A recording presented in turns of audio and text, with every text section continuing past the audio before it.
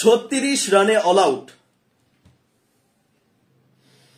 যতবারই ক্রিকেটের ইতিহাসে ভারতের এরকম একটা 36-এ অল আউট আসবে, যখনই 36 রানে অল আউটের প্রসঙ্গ উঠবে তখনই মনে রাখবেন একটা গাব্বার রূপকথা ছিল ভারতীয় দলের সঙ্গে।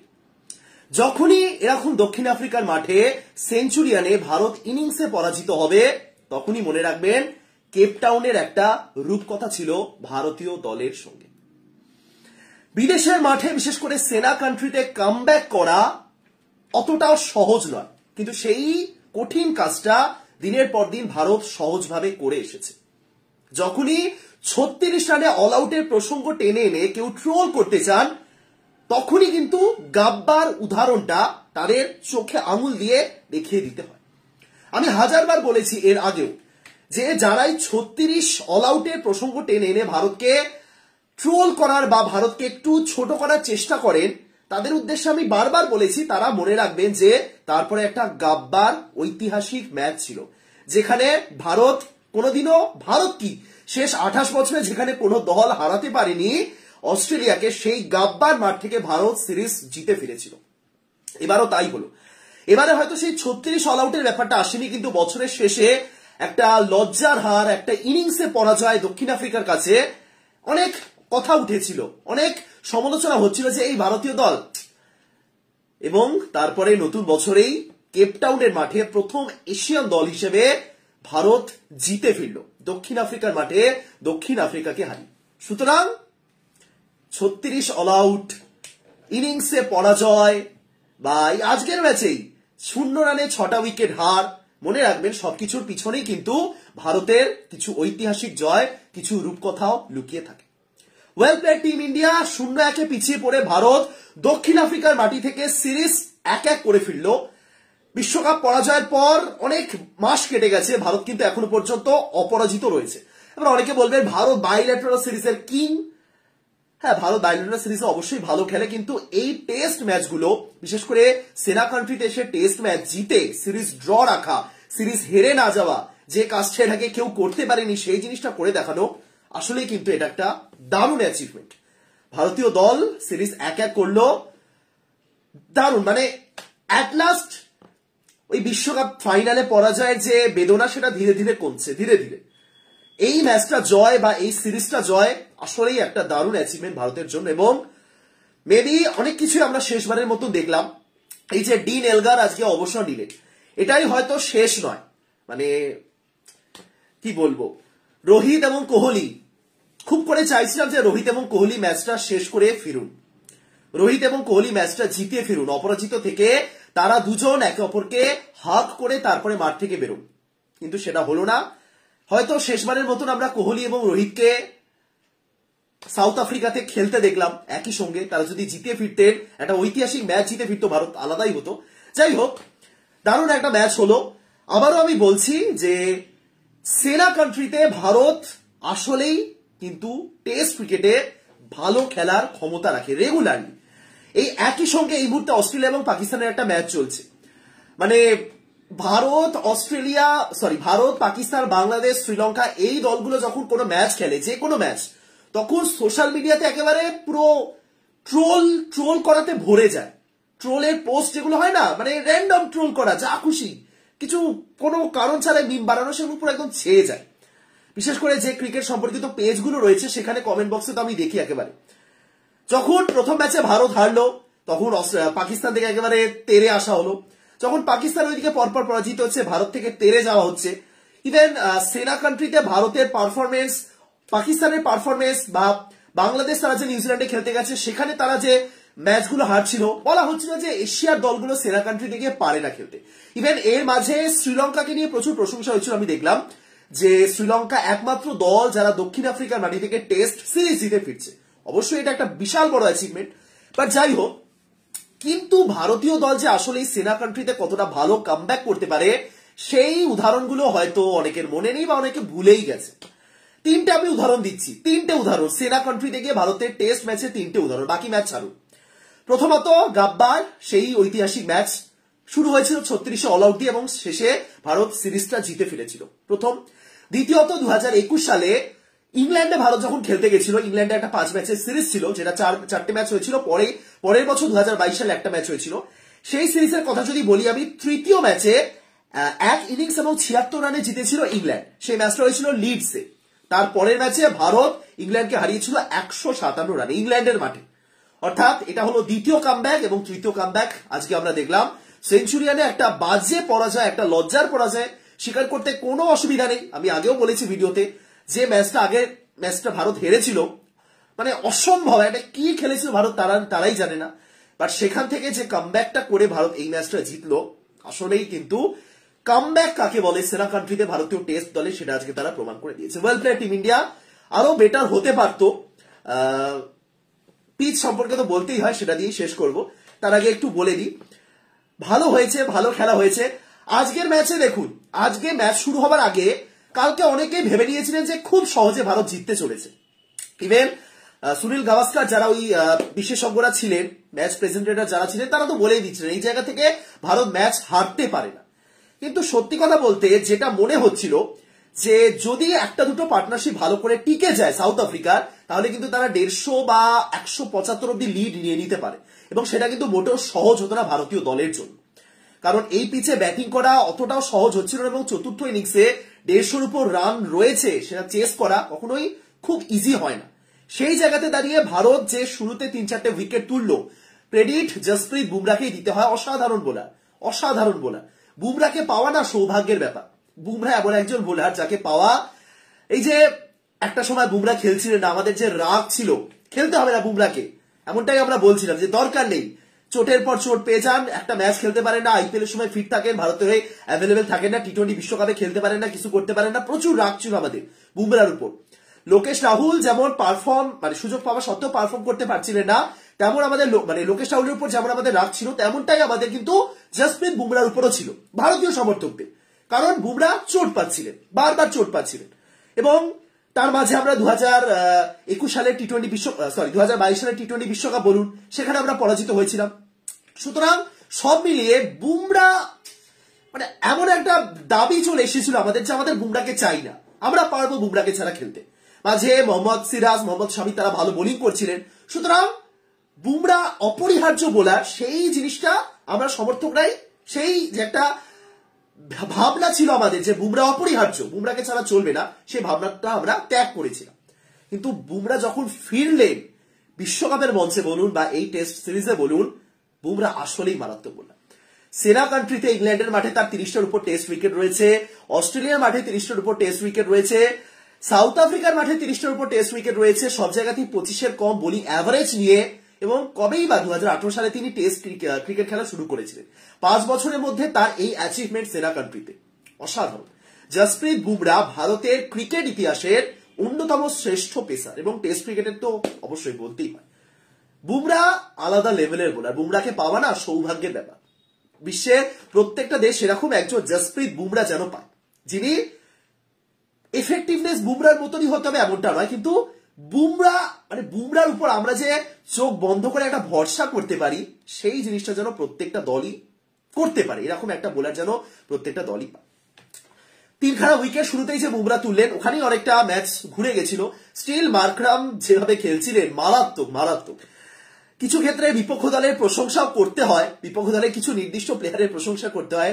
এইডেন মার্করাম সেরকম খেলেছেন, অসাধারণ। বিরাট কোহলি আমি দেখলাম এইডেন মার্করামকে একেবারে জড়িয়ে ধরে প্রশংসায় ভাসিয়ে দিলেন ম্যাচ চলাকালীন, যেভাবে সেঞ্চুরিটা করলেন।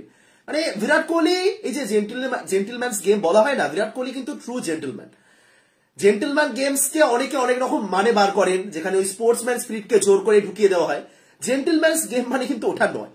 তো যাই হোক, বিরাট কোহলি যেভাবে জড়িয়ে ধরলেন, যেভাবে অভিনন্দন জানালেন মার্করামকে, আমি জানি না স্টিল কেন বিরাট কোহলির এত হেটার রয়েছে। হেটার থাকতে পারে, হেটার থাকতেই পারে, কিন্তু বিরাট কোহলির আচরণের জন্য কেন হেটার রয়েছে আমি জানি না। কোন আচরণটা বিরাট কোহলি, অ্যাগ্রেশন দেখানো যদি খারাপ আচরণ হয় তাহলে যাই হোক, বাদ দিলাম। মার্করাম অসাধারণ খেলেছেন, দুর্দান্ত খেলেছেন। মার্করাম যেভাবে ব্যাটিং করছিলেন, একা সেঞ্চুরি করলেন, দলের বাকি ব্যাটাররা মিলে 64 না কত রান করেছেন, অতিরিক্ত কিছু রান এসেছে, তিনি একেবারে সর্বেসর্বা। যতক্ষণ খেলছিলেন মনে হচ্ছিল যে মার্করামকে যদি আউট করতে না পারা যায় 150 অব্দি হয়তো তুলে দেওয়ার ক্ষমতা রাখে, 150 লিড আর কি। সেই জায়গাতে দাঁড়িয়ে মার্করামকে আউট করা দরকার ছিল এবং সেই সিরাজ উইকেট তুললেন এবং বুমরা সব মিলিয়ে সিরাজ বুমরা প্রথম ইনিংসে সিরাজ 6টা, সেকেন্ড ইনিংসে বুমরা 6টা, মানে পার্টনারশিপ করে উইকেট তোলা। ম্যাচ শেষে ওই যে যারা ম্যান অফ দ্য ম্যাচ হয় তাদেরকে কিছু বলতে ডাকা হয় না ম্যাচ প্রেজেন্টেটরের কাছে, বুমরা এবং সিরাজ দুজনে মিলে গেছিলেন। যাওয়ার কথা ছিল শুধুমাত্র মানে সিরাজেরই, দুজন গেছিলেন, তার কারণ হলো বুমরা ট্রান্সলেটর হিসেবে গেছিলেন। সিরাজ নর্মালি হিন্দিতে বলেন, সেই কারণেই বুমরাকে সঙ্গে নিয়ে গেছিলেন। সিরাজ যদি হিন্দিতে বলেন সেটাই বুমরা ট্রান্সলেট করে বলে দেবেন। কিন্তু প্রথম প্রশ্নের উত্তরটা সিরাজ পুরোটাই ইংলিশে দিবেন। তখন বুমরা সিরাজকে বলছে তাহলে আমি কেন এলাম, মানে এরকম একটা ব্যাপার। মানে ওই জায়গাতে দাঁড়িয়ে মাঠের বাইরে বলুন বা মাঠের ভিতরে বলুন, সব জায়গাতেই দুজনের মধ্যে যে একটা ভালো কানেকশন রয়েছে, একটা ভালো জুটি তারা বানিয়ে নিয়েছে, সেটাই কিন্তু প্রমাণিত হয়। ক্রিকেট মাঠের ভিতরে কোনো জুটি যদি সফল হয় তার মানে বুঝতে হবে তাদের মধ্যে একটা কেমিস্ট্রি রয়েছে, যেটা ক্রিকেট মাঠের বাইরেও ঠিক একই রকম রয়েছে।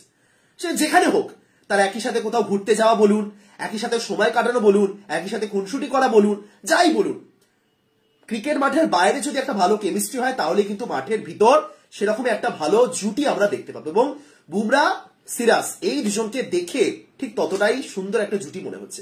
মোহাম্মদ শামি তো ছিলেন না আমাদের, যে স্বামীকে আমরা বিশ্বকাপের সময় প্রশংসায় ভাসিয়ে দিয়েছিলাম সেই স্বামী ছিলেন না, শুধুমাত্র আমাদের বুমরা এবং সিরাজ ছিলেন। তারাই কিন্তু আসলেই প্রমাণ করলেন তারা খুব ভালো একটা জুটি ভবিষ্যতে। স্বামী আর কি ভবিষ্যৎ, স্বামী ম্যাক্সিমাম 3 থেকে 4 বছর তার বয়স হয়ে গেছে, বুমরা সিরাজ কিন্তু এখনো 30-এর কোঠাতেই রয়েছে, তার চেয়েও কম। সুতরাং তাদের কাছে এখনো অন্তত 5-6 বছর টানা খেলে যাওয়ার ক্ষমতা রয়েছে। দেখা যাক বুমরা এবং সিরাজ কতটা অপরিহার্য জুটি হয়ে উঠতে পারেন আমাদের জন্য। প্রসিদ্ধ কৃষ্ণা প্রচুর রান খেয়েছেন, কৃষ্ণাকে নিয়ে কিছুটা সময় দেওয়ার সময় এসেছে, একটু তাকে এনসিএতে পাঠানো হোক, সেখানে ট্রেনিং করে তারপরে আসুন, ম্যাচ ফিট হয়ে আসুন, তিনি ঘরোয়া ক্রিকেটে পারফর্ম করে আসুন, তারপরে এই জাতীয় দলে ঢোকানো হোক। মুকেশ কুমার ভালো বোলিং করেছেন অল ওভার, টেস্টে মুকেশ কুমার ঠিকঠাকই আছেন, তো অল ওভার ভারতের বোলিং ঠিকই হয়েছে এবং সেই জায়গা থেকে দাঁড়িয়ে 79 রান অতটাও নয় ভাই। অনেকে দেখলাম কমেন্ট করছিলেন, মানে ট্রোল করারও একটা লিমিট থাকা উচিত। অনেকে বলছিলেন যখন 79 রান টার্গেট, বলছেন ভারত তো 36 রানে অল আউট হয়েছে, 79 রান তো অনেক বেশি, পারবে না ভারত, 50 রানে জিতবে সাউথ আফ্রিকা। মানে এরকম কমেন্টও লিটারালি আমি দেখেছি। তারপরে বুঝতে পারছেন ট্রোলিং এর লেভেলটা কোন জায়গায় চলে গেছে। লজিক বলে কিছু নেই, হেড ছড়ানো বলুন বা ট্রোল করা বলুন বা অ্যাটাক করা বলুন, সেটা যেন একদম পুরোপুরি বজায় থাকে, এরকমই একটা সিচুয়েশন তৈরি হয়েছে। কিছু ক্ষেত্রে গিয়ে না এই ক্রিকেট সম্পর্কিত পেজগুলোতে ঢুকতে বিরক্তি লাগে। প্রচুর এরকম ক্রিকেট পেজ আমার ফলো করা রয়েছে যে পোস্টের থেকেও কমেন্ট গুলো পড়তে বেশি ইন্টারেস্টিং লাগে। বিশ্বাস করুন, মনে হয় দেখি কে কি ওপিনিয়ন দিয়েছে। ম্যাক্সিমাম পোস্টের কমেন্ট বক্সে ওপিনিয়ন বলে কিছু থাকে না, গাদা গাদা ফেসবুক পেজ খুলে ফেলেছেন লোকজন, একটা ট্রোল পেজ, এই ট্রোল পেজ, একটা ক্যাপশন তারা কপি করে রাখেন, সেই ক্যাপশনটা কমেন্ট বক্সে লিখে দেন, বা ধরুন কারুর পেজ হয়েছে সেই পেজটা তারা প্রমোট করতে চান, ক্যাপশন এরকম লিখে দেন আমার পেজটা ফলো করে আসতে পারেন, একটা র্যান্ডম যা খুশি লিখে দেন, কোথা থেকে ফটো ডাউনলোড করে সেগুলো কমেন্ট বক্সে চিপকে দেন, দ্যাটস ইট। আপনারা আমার পোস্টেরই কমেন্ট বক্স চেক করবেন, এরকম পোস্ট এরকম কমেন্টে ভর্তি, মানে মাথা মুন্ডু কিছু নেই। এটা কিন্তু এই এশিয়ান মানে কান্ট্রির যে সমস্ত পেজগুলো রয়েছে সেখানেই দেখা যায়। আপনি একটা অস্ট্রেলিয়ার বা সাউথ আফ্রিকার ক্রিকেট সম্পর্কিত পেজ দেখুন, সুস্থ পোস্ট দেখতে পাবেন যেখানে কমেন্ট বক্সে আসলেই আলোচনা হয়, যেখানে কমেন্ট বক্সে আলোচনা সমালোচনা হয়, নিজের দেশের প্লেয়াররা তাদের প্লেয়ারদের নিয়ে সমালোচনা করেন, ট্রোল করেন না, গঠনমূলক সমালোচনা করেন, তারা মতামত জানান, সেই জিনিসটাই আমি দেখতে পাই না। সুতরাং আসলেই অসহ্য হয়ে উঠেছে এখানকার আমাদের সোশ্যাল মিডিয়া, কি করা যাবে। যাই হোক, তো ভারত খুব সুন্দর একটা ম্যাচ জিতলো এবং সবশেষে পিচ, যেটা নিয়ে না বললেই নয়। দেখুন, ভারত ম্যাচ জিতেছে মানে পিচকে পুরোপুরি আমি ইগনোর করবো এমনটা কখনোই সম্ভব নয়। অনেকে বলতে পারেন যে যদি ভারত ম্যাচ হারতো তাহলে তো এক্ষুনি পিচ নিয়ে অজুহাত শুরু করে দিতাম, বলা সেটা নয়। পিচ নিয়ে অজুহাত দেখানোর কোনো দরকার নেই, পিচ আসলেই এমন একটা পিচ বানানো হয়েছে এই ম্যাচের জন্য যেটা পিচটাই একটা অজুহাত হয়ে গেছে। 642 বল 642 বল খেলা হয়েছে এই ম্যাচে, যেটা ক্রিকেট ইতিহাসের সবচেয়ে সংক্ষিপ্ততম টেস্ট ম্যাচ, ছোট্ট টেস্ট ম্যাচ। 642 বল মানে কত হয়, 100 ওভার, 642 107 ওভার, 107 ওভার মানে 642 বল। গোটা ম্যাচে মাত্র 107 ওভার বল করা হয়েছে এবং 4টে ইনিংসই খেলা হয়েছে। এমনও নয় যে একটা ইনিংস কম খেলা হয়েছে, 3 ইনিংসের ম্যাচ হয়েছে। এমনও নয় বৃষ্টির জন্য ম্যাচ ভেস্তে গেছে, 1.5 দিনও খেলা হলো না, হ্যাঁ 1.5 দিন খেলা হয়েছে, 107 ওভার এবং ম্যাচ শেষ। ম্যাচের ফলাফল পাওয়া গেছে, 4টে ইনিংস খেলা হয়েছে, 33টা উইকেট পড়েছে। এটা কি, এটা পিচ নাকি কি? এবার আপনারা জবাব দিন। কালকে আমার গোটা ভিডিও টপিকই ছিল পিচ সম্পর্কে। ম্যাচ শেষ হয়ে গেছে, আজকেও আমি একই কথা বলবো, এটা কি পিচ। কালকে ম্যাচটা হয়ে যাওয়ার পর আমি সেনা কান্ট্রির বিজ্ঞ মানুষ যারা রয়েছেন, বিশেষজ্ঞ যারা রয়েছেন, তাদের টুইটার হ্যান্ডেলগুলো একটু চেক করছিলাম। মাইকেল ভন তো মানে পিচ নিয়ে কিছু একটা হলে তিনি কমেন্ট করা শুরু করে দেন, টুইট করা শুরু করে দেন। সে আইপিএল বলুন বা ইন্টারন্যাশনাল ম্যাচ বলুন, ইংল্যান্ডের সাথে ভারতের ম্যাচ থাকলে তো একেবারে ফেটে পড়ে, অন্তত দিনে 3 থেকে 4টে টুইট আসবে। সে মাইকেল ভন কালকে পিচ সম্পর্কে একটা টুইটও করেননি, কোথাও কোনো প্রতিক্রিয়াই নেই তার টুইট সম্পর্কে, সরি পিচ সম্পর্কে। অথচ যদি একবার ইন্দোরে একটা স্পিন ট্র্যাক পড়ে, যদি একবার আহমেদাবাদে কোনো স্পিন সহায়ক উইকেট পড়ে, যদি চেন্নাইয়ের পিচে একটু বেশি বল টার্ন খায়, ব্যাস মাইকেল ভন, ওরে বাপরে, এতক্ষণে 10টা টুইট করা হয়ে যেত। যদি এটা ভারতের মাঠে ম্যাচটা হতো, এতক্ষণে 10টা টুইট করা হয়ে যেত। শুধু ভারত নয়, ব্যাপারটা শুধু ভারত নয়, পাকিস্তানের মাঠে ইংল্যান্ড একটা টেস্ট সিরিজ খেলেছিল 2022-এ, 2022 বা 21-এ সম্ভবত, ঠিক মনে নেই। সেটা পাকিস্তানের মাঠে খেলা হয়েছিল, সেখানে ওই হাইওয়ে পিচ ছিল আর কি, পাকিস্তানে যেমনটা বানানো হয়। সেটা নিয়েও মাইকেল ভনের প্রবলেম, যে রিডিকুলাস টেস্ট উইকেট, এরকম তিনি একটা কমেন্ট করেছিলেন। আমি পেজে একটা পোস্ট করেছি, এক্স্যাক্টলি কি লিখেছিলেন মনে নেই। সুতরাং তার প্রধান সমস্যা হলো এশিয়ার উইকেট গুলো নিয়ে, উপমহাদেশের উইকেট নিয়ে। যেখানে স্পিন হোক, যেখানে হাইওয়ে হোক, রান হোক, যাই হোক, তাকে কিছু একটা কমপ্লেন করতেই হবে। কিন্তু সাউথ আফ্রিকার মাঠে খেলা হয়েছে, ওমা বাউন্সি পিচ, কম ওভারের মধ্যে ম্যাচ শেষ হয়ে গেছে, 1.5 দিনের ম্যাচ, ঠিক আছে, হতেই পারে, না হওয়ার কি আছে, তাই তো। এই যে বলের হিসেবে ম্যাচগুলোর একটা কি বলবো লিস্ট বানানো হলো, যে সবচেয়ে কম বল খেলা হয়েছে কোন ম্যাচে, টপ 5 যে ম্যাচগুলো রয়েছে প্রত্যেকটাই কিন্তু সেনা কান্ট্রিতে, প্রত্যেকটা। এবং তার মধ্যে মানে একটা উপমহাদেশের 5টাই সেনা কিনা আমার মনে নেই, ওয়েস্ট ইন্ডিজে কি ছিল, মানে এশিয়াতে একটাও ম্যাচ নয়, এইটুকুনি আমি নিঃসন্দেহে বলতে পারি। এবং বাকি 4টে ম্যাচ, লিস্টের বাকি 4টে ম্যাচে 1935, 30, 1800 সেই সময় খেলা হয়েছে। এই মডার্ন ডে ক্রিকেটে 2024 সালে এসে 642 বলে একটা ম্যাচ শেষ হলো, এর চেয়ে লজ্জার কি কিছু হতে পারে? 642টা বলে একটা টেস্ট ম্যাচ শেষ হয়েছে, টেস্ট ম্যাচে ফলাফল পাওয়া গেছে, কিন্তু মাইকেল ভনের মতন বিজ্ঞ মানুষেরা চুপ। আমি জানি না এখন তিনি কোনো টুইট করেছেন কিনা, আবার আমি একটু ঘুরে দেখবো, হ্যাঁ, কিন্তু মনে হয় না এই বিষয়ে তারা কোনো টুইট করবে। ব্র্যাড হগ, তারও সেম দাবি, মেবি ইন্দোরে যে ম্যাচটা ছিল সেই ম্যাচটি তিনি বলেছিলেন একেবারে 2 দিনের টেস্ট ম্যাচ খেলা যায় না। মার্ক টেলর, মার্ক ওয়ে, কেউ বাদ যান না। অস্ট্রেলিয়া বা ইংল্যান্ডের যে বিশেষজ্ঞরা রয়েছেন তারা কেউ বাদ যান না, সুযোগ পেলেই তারা পিচ নিয়ে কিছু একটা বলতে শুরু করে দেয়। ইভেন আমি কয়েকদিন আগে একটা ভিডিও দেখছিলাম মাইকেল ভনেরই, কোন একটা মাঠের উপর, মানে মাঠ ঠিক না, মাটি রয়েছে, সম্ভবত মাটি, একটু কোদাল দিয়ে ঘাসগুলো কেটে জাস্ট মাটিটুকু রয়েছে, সেখানে গিয়ে জাস্ট মজা করে পিচ নিয়ে বলছেন যে এটা খুব ভালো পিচ, এখানে বল টার্ন হবে, বাউন্স হবে, এরকম কিছু একটা বলছিলেন। কিন্তু না, ইন্টারন্যাশনাল ম্যাচ সাউথ আফ্রিকা, সেখানে কোন রকম মন্তব্য করাই বারণ। আইসিসি আসবে, একটা ডিমেরিট পয়েন্ট অ্যাড করবে, পিচটাকে বলবে একটা বিলো অ্যাভারেজ পিচ বা ডিজাস্টার পিচ, ব্যাস হয়ে যাবে।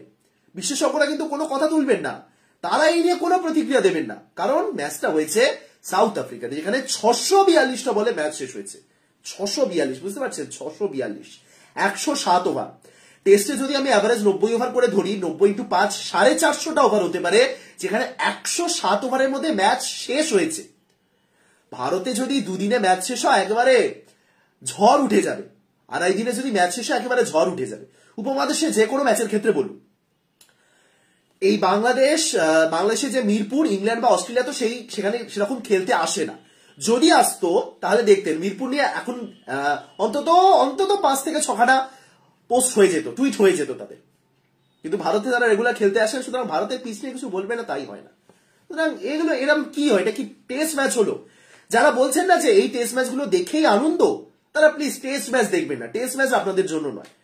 টেস্ট ম্যাচও যদি আপনারা T20-র মজা খুঁজতে চান, যেটা 1.5 দিনের মধ্যে শেষ হবে, তাহলে টেস্ট ম্যাচ দেখার দরকার নেই। টেস্ট ম্যাচ একটা অন্য ফরম্যাট, টেস্ট ম্যাচ খুব বিরক্তিকর একটা ম্যাচ হলো, দ্যাটস ইট। ভারত ম্যাচটা জিতেছে, খুব ভালো লেগেছে, দারুণ আনন্দ হয়েছে, কিন্তু বিরক্তিকর একটা টেস্ট ম্যাচ হয়েছে, এটা একটা ম্যাচ হলো। এটা ওয়ানডে ম্যাচ করে দিতে পারতো, একদিন গ্যাপ দিয়ে আর একটা ওয়ানডে ম্যাচ করিয়ে দিক, এখনো তো 3 দিনের সময় রয়েছে টেস্ট ম্যাচ শেষ হওয়ার। টেস্ট ম্যাচ এরকম হয় না। টেস্ট ম্যাচে ব্যাস বল খেলা কোনো সমস্যার ব্যাপার না, কিন্তু সেটাও 3-4 দিন চলুক, 5 দিন চলুক, রান হোক, যেখানে ব্যাটাররা কিছু করতে পারবে না, যেখানে পুরোপুরি বোলার, তাহলে আর কি করে হয়? টি-20তে আমাদের প্রশ্ন থাকে যে বোলাররা কিছু করতে পারেন না, টি-20তে পুরোটাই ব্যাটারদের খেলা। আরে টেস্ট ম্যাচে সেই জিনিসটা দেখানো হোক, টেস্ট ম্যাচে একটা ভালো ইনিংস দেখানো হোক, টেস্ট ম্যাচে একটা 100 বলে 50 রানের সুন্দর ইনিংস দেখি। 50 রান করতেই যদি 9টা উইকেট পড়ে যায়, তাহলে আর সেটা ম্যাচ হলো? কালকে একটা ভিডিও বানিয়েছিলাম যেখানে আমি ক্যাপশনটা এরকম দিয়েছিলাম যে চেন্নাই এবং মিরপুর, তো সেই ক্যাপশনটা নিয়ে অনেকের অনেক ভুল ধারণা রয়েছে। অনেকে বলছেন যে মিরপুর, দেখুন চেন্নাই বা ভারতের পিচ নিয়ে তো বলা হয়, বাট বাংলাদেশের পিচটার ব্যাপারটা একটু আলাদা। অনেকে বলছেন যে মিরপুরে বছরে যদি 10টা টেস্ট ম্যাচ হয়, তার মধ্যে 9টা টেস্ট ম্যাচই ওই ঘূর্ণি পিচ বানানো হয়। দেখুন এই বিষয়ে কয়েকটা কথা বলার আছে। প্রথমত, টেস্ট, ওডিআই, টি-20 তিনটে ফরম্যাটকে মিলিয়ে দেওয়া যায় না কোনো ক্ষেত্রে। টেস্ট ম্যাচের যে হোম অ্যাডভান্টেজ আর ওডিআই টি-20 হোম অ্যাডভান্টেজ, এই দুটো ডিফারেন্ট।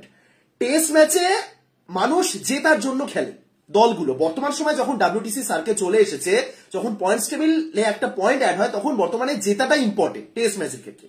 আর ওডিআই এবং টি-20তে একটা ফাইটিং, মানে কি বলবো, ওটা ওরকম ভাবে বোঝানো যাবে না। দেখুন, টেস্টের রেজাল্ট আর ওডিআই টি-20 সম্পূর্ণ আলাদা জিনিস। টেস্টে আপনাকে জিততে হবে, টেস্টে আপনি হোম অ্যাডভান্টেজকে কাজে লাগিয়ে জিততে পারেন, কিন্তু ওডিআই এবং টি-20তে হোম অ্যাডভান্টেজ এক্ষেত্রে ইম্পর্টেন্ট হয় না। ভারত, একটা নর্মাল উদাহরণ দেখুন, ভারত যখন হোম সিরিজ খেলে, তখন কি ভারত এই টার্নিং ট্র্যাক বানায়? উল্টো, বরং ভারতের এই একটা বদনাম রয়েছে যে ভারতে নাকি হাইওয়ে পিচ দেখা যায়, বিশ্বকাপের মঞ্চে তো সেটা আমরা দেখেছিলাম। সুতরাং ভারতের ওডিআই এবং টি-20 ম্যাচগুলোর সাথে টেস্ট ম্যাচের ডিফারেন্স আলাদা, কিন্তু টেস্ট ম্যাচটা আলাদা। কিন্তু বাংলাদেশের ক্ষেত্রে মিরপুরে যেরকম পিচ হয় সেরকম পিচ পুরো প্রত্যেকটা ফরম্যাটেই চলে। প্রবলেমটা এখানে, বাংলাদেশ টেস্ট ম্যাচে হোম অ্যাডভান্টেজ ব্যবহার করছে, এতে ভুল নয়। বাংলাদেশ টেস্ট ম্যাচে যতই ঘূর্ণি পিচ বানাক, সেটা বানাতেই পারে, তারা ডিমেরিট পয়েন্ট পাবে সেটা অবশ্যই, কিন্তু বানাক। কিন্তু ওডিআই টি-20তে বাংলাদেশকে পিচটা বদলাতে হবে, তাহলেই হয়তো বাংলাদেশের বাকি দুটো ফরম্যাটে রেজাল্ট আরো ভালো হবে। বিদেশের মাঠে যখন তারা খেলবে, সেখানে পেসাররা আরো হয়তো বেশি সাহায্য পাবেন, কারণ সেভাবে খেলতে তারা অভ্যস্ত হয়ে পড়বেন ততদিনে। সুতরাং মিরপুরের ক্ষেত্রে আমি এটাই বলবো যে টেস্ট পিচটা ওরকমই বানানো হোক, অবশ্যই হোক। সাউথ আফ্রিকা যদি এরকম বানায়, তাহলে অন্য দেশ কেন বানাবে না? আমরাও চেন্নাইতে যখন খেলা হবে, আবারও র্যাঙ্ক টার্নার বানাবো, বেশ করবো বানাবো। সাউথ আফ্রিকা, অস্ট্রেলিয়া তো তারা দেখিয়ে দিচ্ছে, অস্ট্রেলিয়া তো দুদিনে ম্যাচ শেষ হচ্ছে।